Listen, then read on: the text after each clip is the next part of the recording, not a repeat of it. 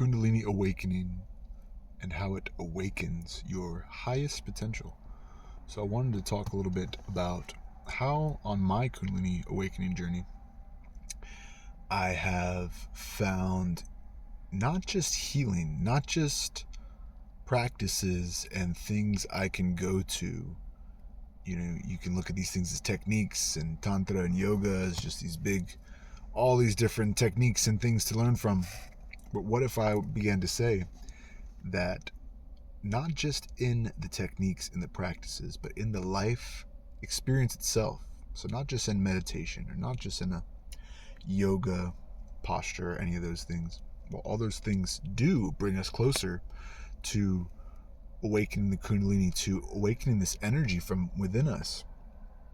It's not something to just look at as just one and done, but this is truly awakening to our higher potential, to awaken to our higher self, or the concept of God realization, to realize the self, who we are, who I am, who you are, as being one with the supreme source of all, that is called God, the Spirit that pervades all things. So many names, and beautifully so in yogic tradition, and tantric tradition, in Hindu tradition, as well as many traditions around the world, but almost nowhere more beautifully than in these traditions do we find direct methods to get in contact with the source, whether that's the Om chant, the simple chanting of Om, the daily practices of other mantras. Why all the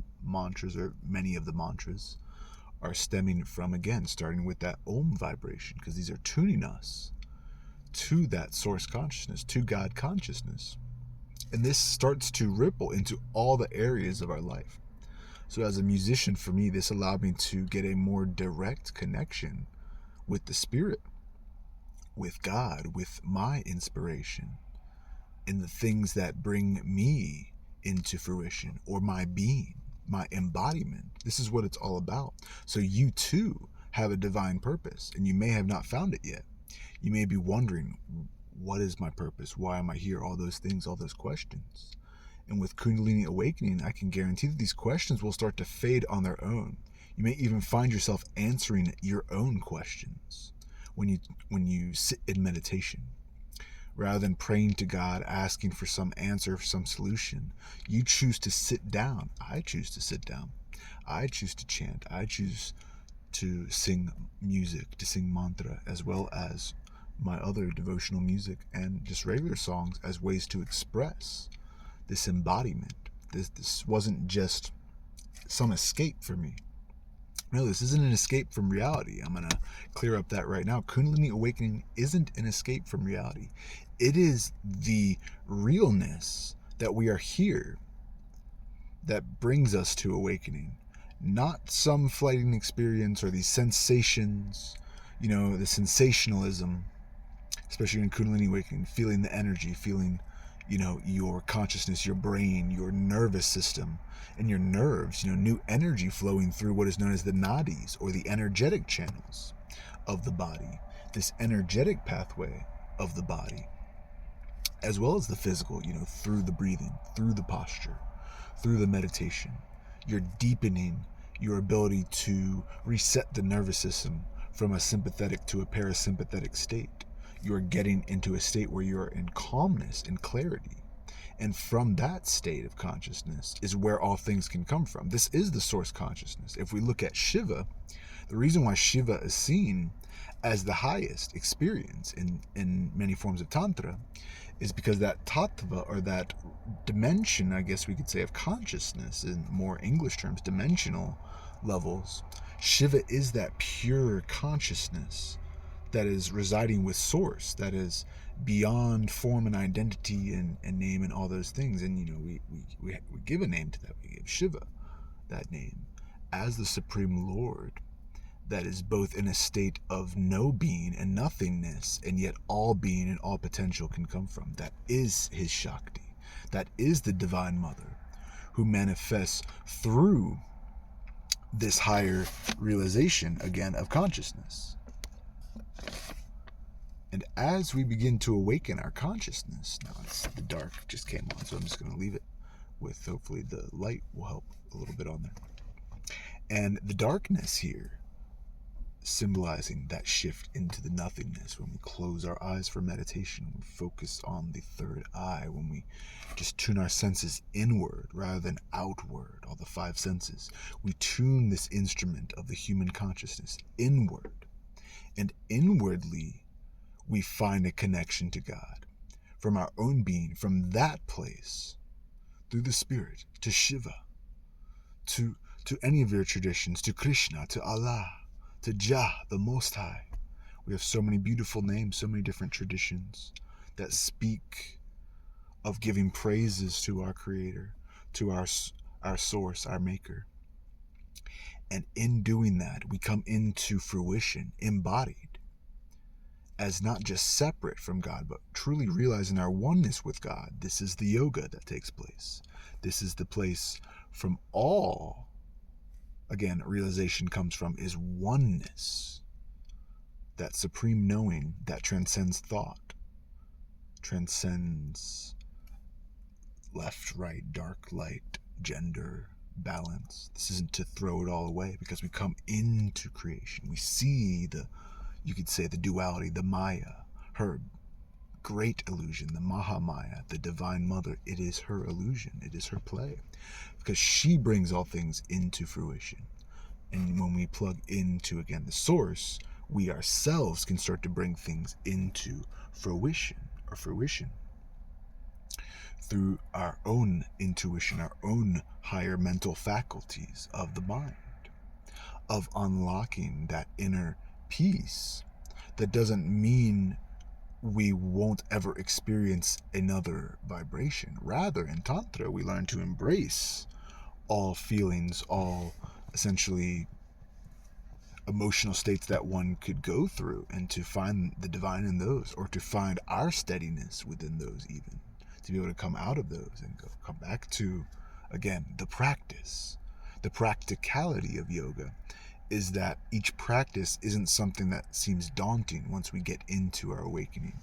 It is our natural inclination to go to these things daily. It is my natural inclination to continue these practices, to learn deeper, to not just be on the surface with it, but to truly learn. And I've studied for many years for this, so don't just think that you'll find this just by watching the video. But if you do maybe watch more of the videos and learn more of the art, you can always reach out to us for private lessons. We have links in the description as well.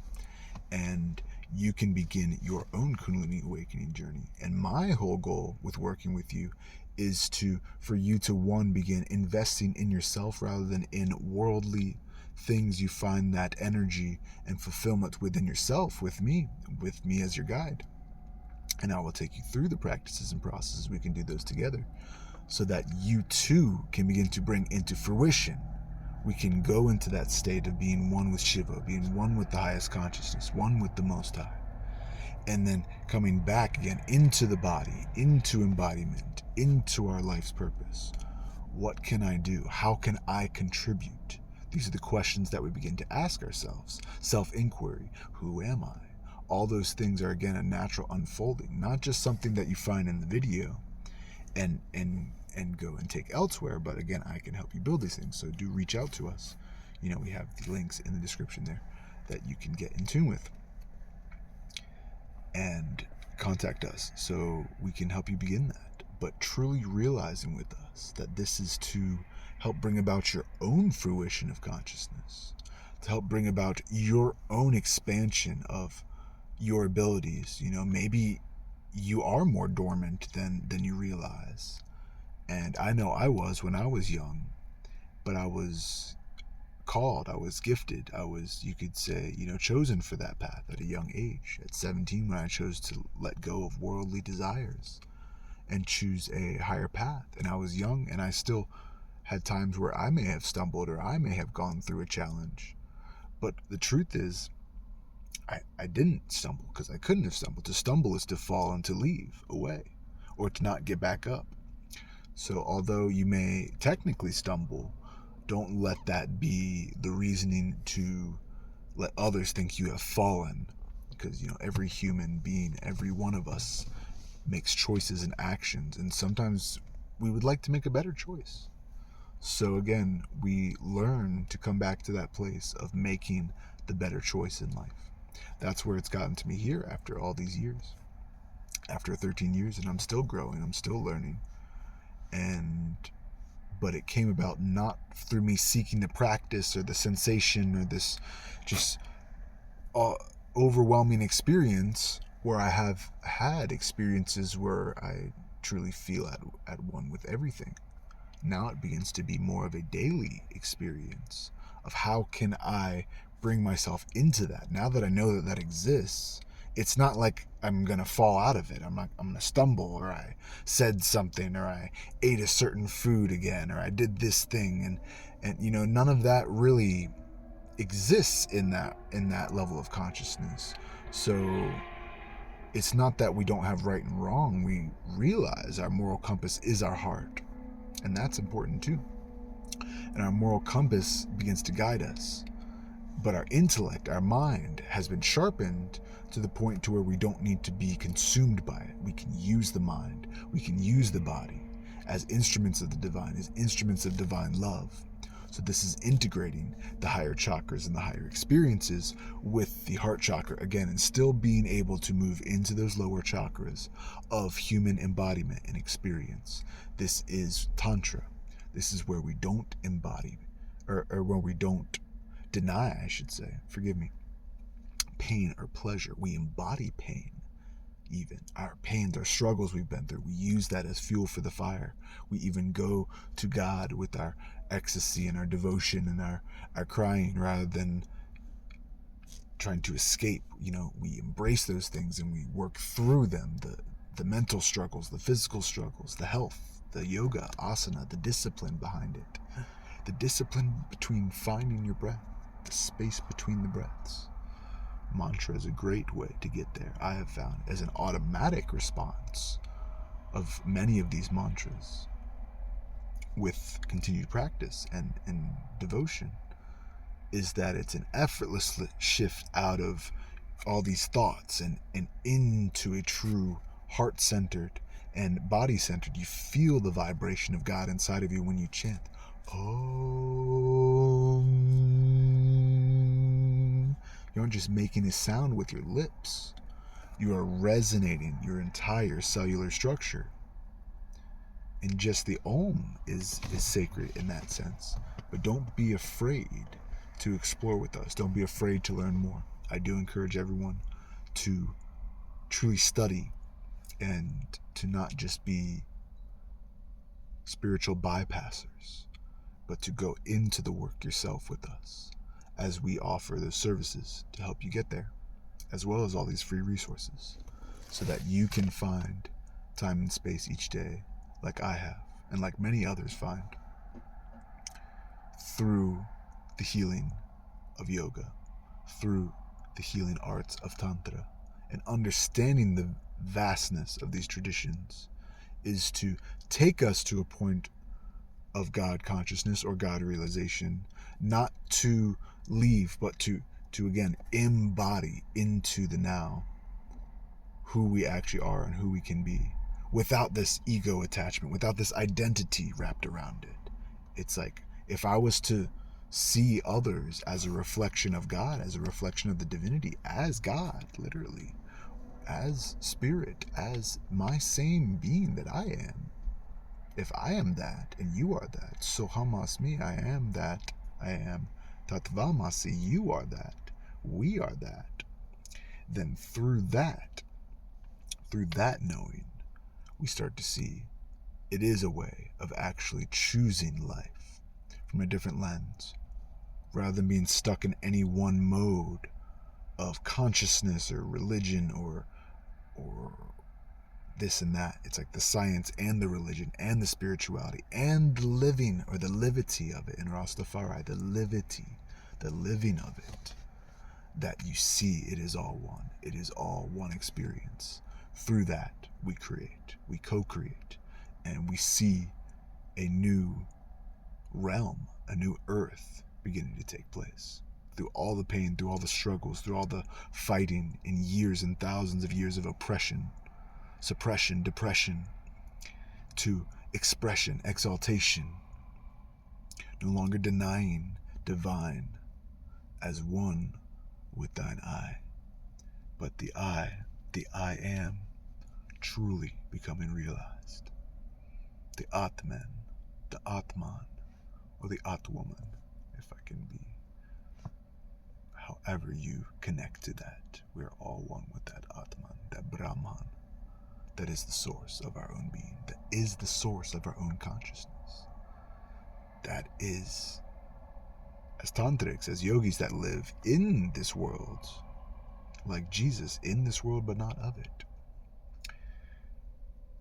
we find, like Shiva, aesthetic, but able to go and fulfill the mission, or to have the wife and teach the yoga, to teach the yogis, teach the rishis, do all these things. I'm gonna get off here for the night. It's a bit late here. Tuning in live from Flying J in joyful now. Namaste.